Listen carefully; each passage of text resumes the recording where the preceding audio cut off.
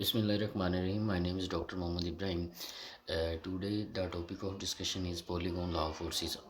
तो इसको स्टार्ट करने से पहले अगर आपने चैनल सब्सक्राइब नहीं किया हो तो प्लीज़ इसको सब्सक्राइब कर लें ताकि आपको अपडेट मिलती रहे वीडियोस के रिलेटेड। तो हमारे पास जो आज का टॉपिक है वो है पॉलीगॉन लॉ ऑफ फोर्सेस। ये हमारे पास जिस तरह लॉ ऑफ ट्रायंगल फोर्सेस का जो है ट्रायंगल लॉ ऑफ फोर्सेस जो अमल करता है, सेम उसी पैटर्न पे हमारे पास पॉलीगॉन लॉ ऑफ फोर्सेस जो अमल करता है। हम देखते हैं कि इसमें क्या है। पॉलीगॉन लॉ ऑफ फोर्सेस में हम देखेंगे कि इसके अंदर एक से ज़्यादा फोर्सेस होंगे। वो दो भी हो सकती हैं, तीन भी, चार भी हो सकती हैं, पाँच भी हो सकती हैं और इनसे ज़्यादा भी हो सकती हैं। सबसे पहले हमारे पास इसके स्टेटमेंट की तरफ मूव करते हैं। If a number of forces acting simultaneously on a particle be represented in magnitude and direction। हमारे पास कोई फोर्सेस हैं, नंबर ऑफ फोर्सेस हैं, वो किसी एक पार्टिकल के ऊपर जो है मतलब अमल कर रही हैं। तो इसका मतलब ये हुआ कि हमारे पास जो ये फोर्सेस हैं ये कॉन्कोरेंट फोर्सेस हैं, ठीक है, और ये एक ही पार्टिकल के ऊपर जो है अमल कर रही हैं और एक ही पार्टिकल से मूव कर रही हैं। उनकी मुख्तलिफ मैग्नीट्यूड और डायरेक्शन होगी। तो हम इसके लिए क्या करेंगे, on a particle represented by magnitude and direction by the sides of polygon. तो हमारे पास जो उन फोर्सेस की मैग्नीट्यूड और जो डायरेक्शन होगी वो हम उनके लिए एक पॉलीगॉन बनाएंगे। उससे उनकी मैग्नीट्यूड भी हम रिप्रेजेंट करेंगे फोर्सेस की और डायरेक्शन में रिप्रेजेंट करेंगे। Taken in order their resultant में भी represented by magnitude and direction by closing side. तो जब हम उसको क्लोज करेंगे वो polygon taken in opposite order, कि हम उसको अपोजिट ऑर्डर में क्लोज करेंगे हमारी जो पॉलीगॉन बन रही होगी। तो इसकी डेफिनेशन को प्रॉपर समझने के लिए हम इसकी डायग्राम की मदद लेते हैं। तो सबसे पहले हम लेट कर लेते हैं कि हमारे पास चार फोर्सेज हैं। एक फोर्स P1 है हमारे पास, एक फोर्स हमारे पास P2 है, एक फोर्स हमारे पास P3 है और एक फोर्स हमारे पास क्या है, P4 है। P1 का P2 के साथ हम लेट कर लेते हैं कि θ1 एंगल है। P2 का P3 के साथ जो एंगल है वो θ2 ले लेते हैं और P3 का P4 के साथ जो एंगल है वो हमारे पास क्या है, फॉर एग्जांपल वो θ3 हमारे पास इसका एंगल है। तो ये हमारे पास चार फोर्सेज हैं और हमें पता है कि ये कौन सी फोर्सेज हैं, कॉन्कोरेंट फोर्सेज हैं, क्योंकि ये एक ही सिंगल पॉइंट के में से गुजर के जा रही हैं और एक ही पर्टिकुलर के ऊपर अमल कर रही हैं। हमने P1 P2 P3 और P4 चार फोर्सेज लिए हैं। P1 का P2 के साथ एंगल θ1 है, P2 का P3 के साथ एंगल θ2 है और P3 का P4 फोर्स के साथ जो एंगल है वो हमारे पास क्या है, θ3 है। तो हम देखेंगे कि हमने इनका रिजल्टेंट जो है कैसे कैलकुलेट करना है by using law of polygon law of forces. तो सबसे पहले हमारे पास ये जो फोर्सेस दी हुई हैं हम इनकी मैग्नीट्यूड और डायरेक्शन इनकी बनाएंगे यूज़ करते हुए हम पॉलीगॉन की जो स्ट्रक्चर है उसको डेवलप करेंगे। तो सबसे पहले हम लेट कर लेते हैं कि हमारे पास ये फोर्स P1 थी, ठीक है। लेट कर लेते कि ये फोर्स जो हमारे पास है P1 है और ये जिस पॉइंट से स्टार्ट हो रही है उस पॉइंट को ए का नाम दे लेते हैं, ठीक है। अब इस बात का आपने ख्याल रखना कि ये फोर्स P1 थी, ये ऐसे आगे एक्सटेंड हो रही है। जब हम दूसरी फोर्स P2 इसके साथ अटैच करेंगे तो जो P2 फोर्स है वो जो फोर्स 1 होगी, P1 जिसे हमने नाम दिया है, उसका जो एंड पॉइंट होगा उसके ऊपर उसकी टेल आएगी। ये P2 की टेल इसके ऊपर आएगी, ठीक है, इसके एंड पॉइंट के ऊपर, ठीक है। P2 की जो टेल है वो इसके एंड पॉइंट के ऊपर आएगी और उसका हेड जो है वो आउटवर्ड मूव करेगा। अब सवाल ये पैदा होता है कि हमारे पास ये थीटा कहाँ पे जाएगा। तो हम यहाँ पे डी के ज़रिए ये जो फोर्स लेंगे उसका जो P1 के साथ फोर्स, ये फॉर एग्ज़ाम्पल P2 है हमारी, तो P1 का जो P2 के साथ एंगल θ1 था यहाँ पे भी उतना ही एंगल होगा। ये बात यहाँ पे काबिल गौर है और इसको हमने अंडर कंसिडरेशन रखना है कि हमारे पास P1 और P2 के दरमियान जो एंगल है वो θ1 था यहाँ पे, तो यहाँ पे भी θ1 होगा। इसी तरह P2 का जो P3 के साथ एंगल है, फॉर एग्जांपल वो हमारे पास θ2 है। लेट कर लेते हैं कि θ2 कुछ इस फॉर्म में मूव हो रहा है और हम इसको एक्सटेंड करके ऐसे एक्सटेंड करेंगे और जो हमारे पास P3 फोर्स होगी उसका जो P2 के साथ एंगल होगा, इसको P2 का नाम दे देते हैं, ठीक है। इसको A का नाम दिया, इसको B का नाम दिया, इस पॉइंट को हम C का नाम दे लेते हैं अपनी अंडरस्टैंडिंग के लिए। ये P2 फोर्स थी, ठीक है। तो P2 फोर्स जो हमारे पास उसका एंड पॉइंट होगा, ठीक है, मतलब जहाँ पे वो फिनिश हो रही होगी, तो P3 उसका जो स्टार्टिंग पॉइंट होगा वो P जो 2 है उसके सिरे से स्टार्ट होगा और ऑनवर्ड जाएगा। और ये जो एंगल है P2 और P3 का, ठीक है, ये P3 हमारे पास फोर्स है, इसको C का नाम दिया, इसको D का नाम दे दें, ठीक है। P2 का P3 के साथ जो एंगल है वो वही बनेगा जो P2 और P3 का आपस में था, ठीक है। लेट कर लेते हैं ये हमारे पास θ2 एंगल था। इसको मज़ीद थोड़ा सा डॉटेड लाइन से एक्सटेंड कर लेते हैं अपनी अंडरस्टैंडिंग के लिए।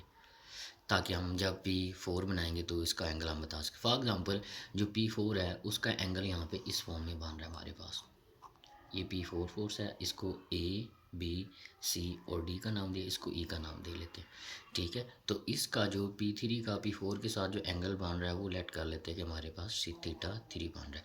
तो सबसे पहले आपने इन तमाम फोर्सेस को इस वे में, इनकी मैग्नीट्यूड यहाँ पे P1 है, इसकी मैग्नीट्यूड P2 है, इसकी मैग्नीट्यूड P3 है, इसकी मैग्नीट्यूड P4 है, रिप्रेजेंट कर लिया।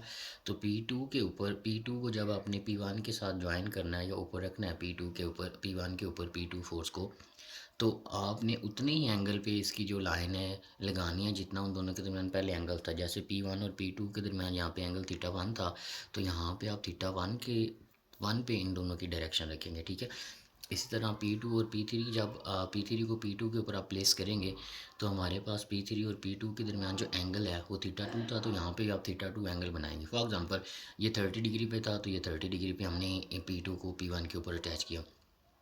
उसके बाद हम लेट कर लेते हैं कि फॉर एग्जांपल जो P2 का P3 के साथ एंगल है, P2 का P3 के साथ एंगल दैट इज़ 35, तो यहाँ पे हम 35 का एंगल बनाएंगे और फिर इसको P3 के ऊपर ड्रा करेंगे। और लेट कर लेते हैं कि हमारे पास जो P3 का P4 के साथ एंगल बना था दैट इज़ 55, तो यहाँ पे हम पहले 55 का एंगल बनाएंगे, फिर इस लाइन को खींचेंगे। अब ये हमने तमाम फोर्सेस को प्लेस कर दिया। ठीक है, अब ये फोर्सेस की जो डायरेक्शन है ऐसे ऐसे ऐसे ऐसे, और जो हम रिजल्टेंट फोर्स लेंगे उसको ऐसे नहीं करेंगे, तो ये क्लोज सर्कल बन, क्लोज हमारे पास फिगर बन जाएगी। तो हमने जो रिजल्टेंट लेना है वो ओपोजिट फॉर्म में लेना है। तो यहाँ से हम, ये डी था, इसको हमने ई का नाम दिया है, तो ए से डी के ऊपर हम इस पॉइंट ई को सेलेक्ट कर लेते हैं कि हमारा पॉइंट ई जो है ये यहाँ पे था। तो ए और ई को जब आपने ज्वाइन करना है तो इसकी डायरेक्शन आपने बाकियों से अपोजिट रखनी है। अगर ये हमारे पास एंटी क्लॉकवाइज मूव कर रहा था तो इसकी डायरेक्शन हमने क्लॉकवाइज रखनी है। ठीक है, ताकि हमारे पास रिजल्टेंट बन सके। तो अगर हम यहाँ पे थोड़ा सा गौर करें, अब हम इसका रिजल्टेंट कैलकुलेट करने की अगर कोशिश करें तो सबसे पहले हमारे पास, हमने इन तमाम फोर्सेस को सम करना है। तो उसको सम करने के लिए सबसे पहले हम ए से सी की तरफ अगर हम यहाँ पे डॉटेड लाइन ड्रा करें तो ये हमारे पास एक जो है ट्राइंगल बन रही है। ठीक है, तो हमारे पास जो ए सी का रिजल्टेंट है, ये ए से सी है ना, ए बी सी, तो ए से सी का जो रिजल्टेंट है वो हमारे पास क्या बनता है, हम उसको देखते हैं। जो ए सी हमारे पास, इसका जो रिजल्टेंट आएगा वो हमारे पास क्या आएगा, that will be equal to A B plus B C. ठीक है, और ए बी हमारे पास किसके इक्वल है, P1 के इक्वल है।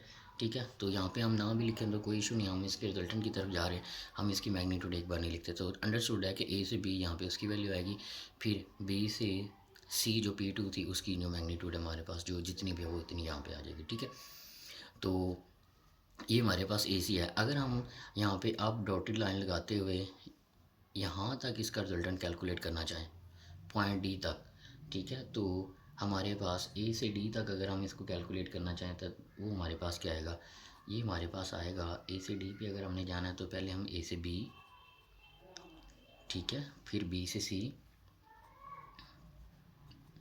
और फिर हम कहाँ से जहाँ जाएंगे, सी से डी जाएंगे।